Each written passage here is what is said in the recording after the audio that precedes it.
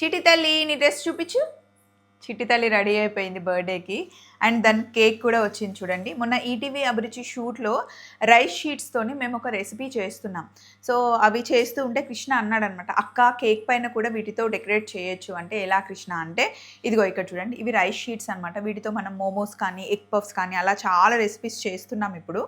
So వీటిని కొంచెం food colour వేసేసి వాటర్లో నానబెట్టేసిన తర్వాత మనకి నచ్చిన షేప్ చేసేసి ఎండలో ఆరబెట్టేయాలి 1 డే అంతా. ఇలా మంచి షేప్ వస్తుంది. దాన్ని ఇలా సముద్రం అలలాగా మనకు కనిపిస్తుంది కదా, ఇది వేడివేడి నూనెలో లైట్గా ఫ్రై చేశారనమాట ఆ ఫినిషింగ్ రావడం కోసం.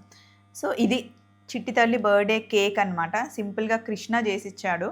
సింపుల్ డిజైనే కానీ కేక్ చూడండి అసలు ఎంత బాగా అనిపిస్తుంది కదా.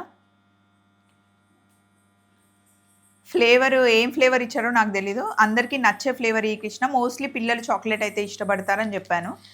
మరి ఏ ఫ్లేవర్ ఇచ్చాడో తెలియదు, నాకు తెలిసి చాక్లెటే ఇచ్చి ఉంటాడు. సో ఇది చిట్టి తల్లి కేక్. ఎట్లుంది బెరీ? బాగుంది శాండీ. సూపర్ ఉంది.